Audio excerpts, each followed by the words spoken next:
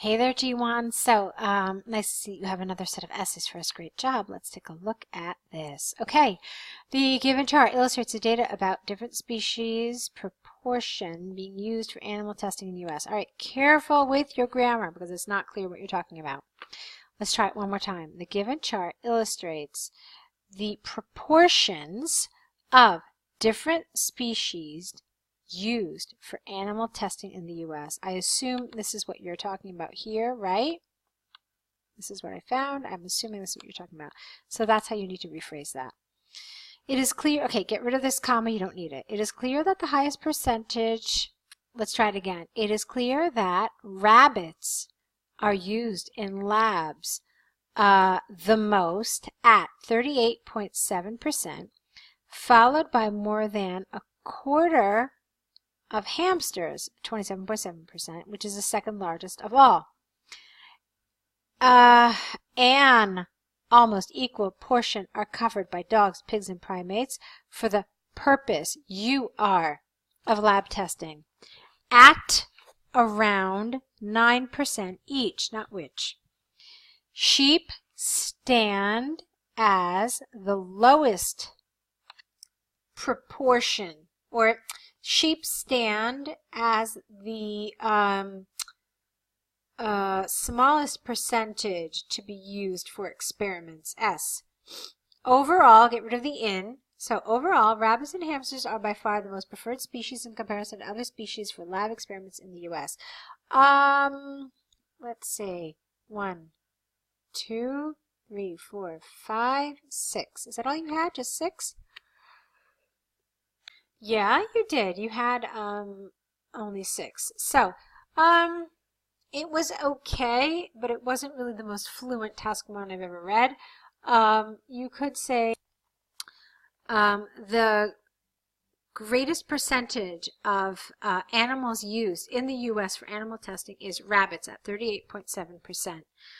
This is exactly 11% more than the second most used animal, which is hamsters at 27.7%. Then you could say dogs, pigs, and primates together account for approximately 28%, okay, with dogs making up a slightly larger proportion than the other two. Okay.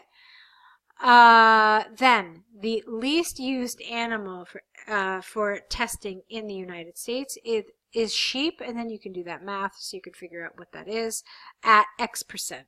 Okay. So just a little variety and a little better wording, more natural wording if possible. Okay.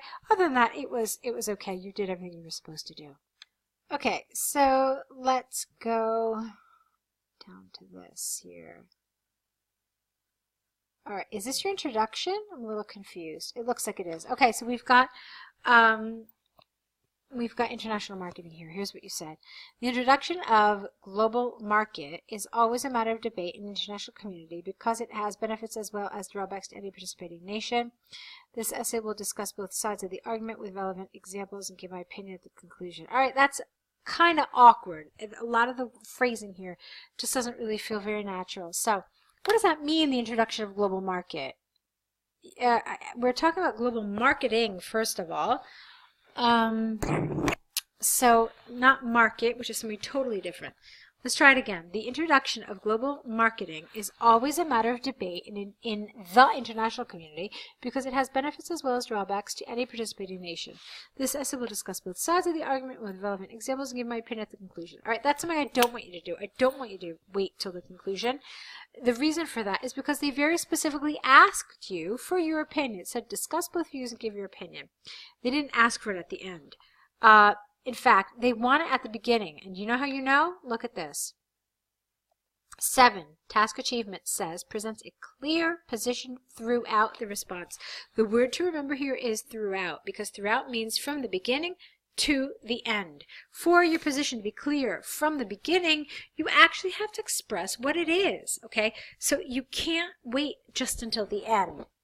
when it says discuss both views and give your opinion. Okay?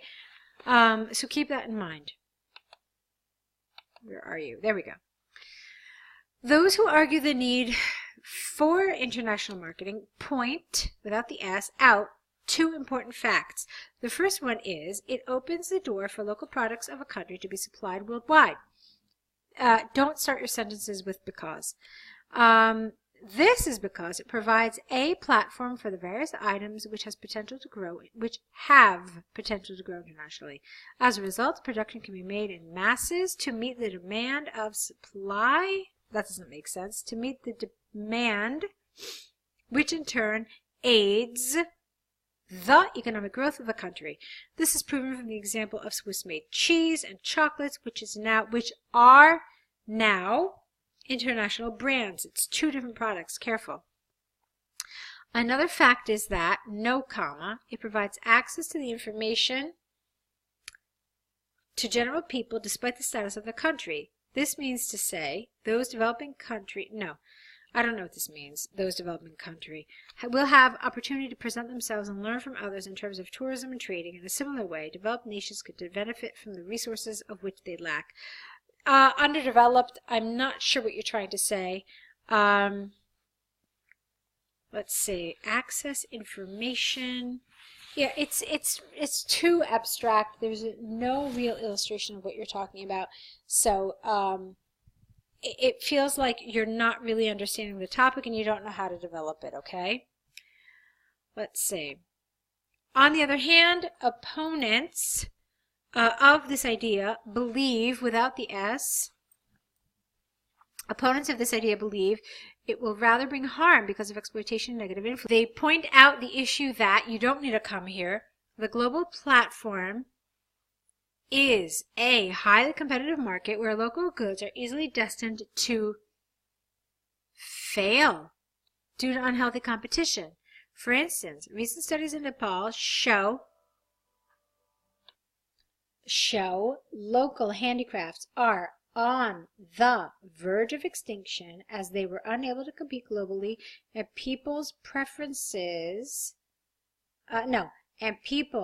preferred imported items that were comparatively cheaper.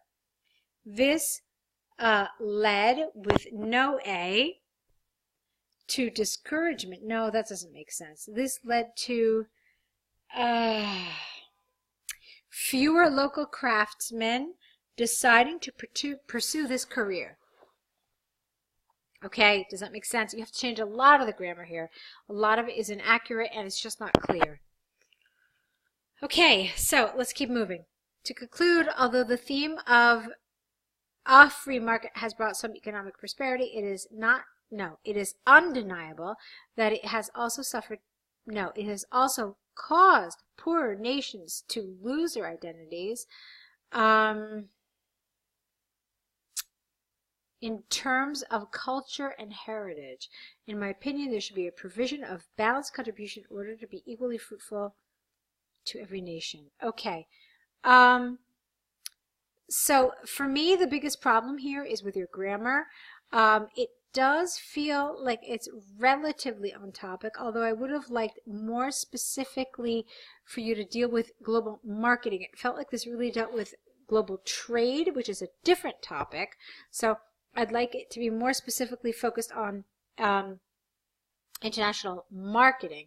So if you're not really sure of what that entails, definitely look it up online, see what it means, see some examples of it. I felt like a lot of this was really talking about trade and not international marketing. The grammar for me was problematic, not so much that I couldn't understand your meaning, but definitely to the extent where I had to correct a lot of the language used. So that's something I want you to work on. Let's see. Let's see if we could get you on the course. I think that would be a great opportunity for you to really see how to structure your answers, have a nice template which will help you to structure your answer, to make sure that you're above word count, to make sure that you're on topic, okay? Take a look at it, please. I think it will really help you, and I am sure that you will get the score that you need, okay? So I look forward to seeing more of your essays very soon. Lots of luck to you.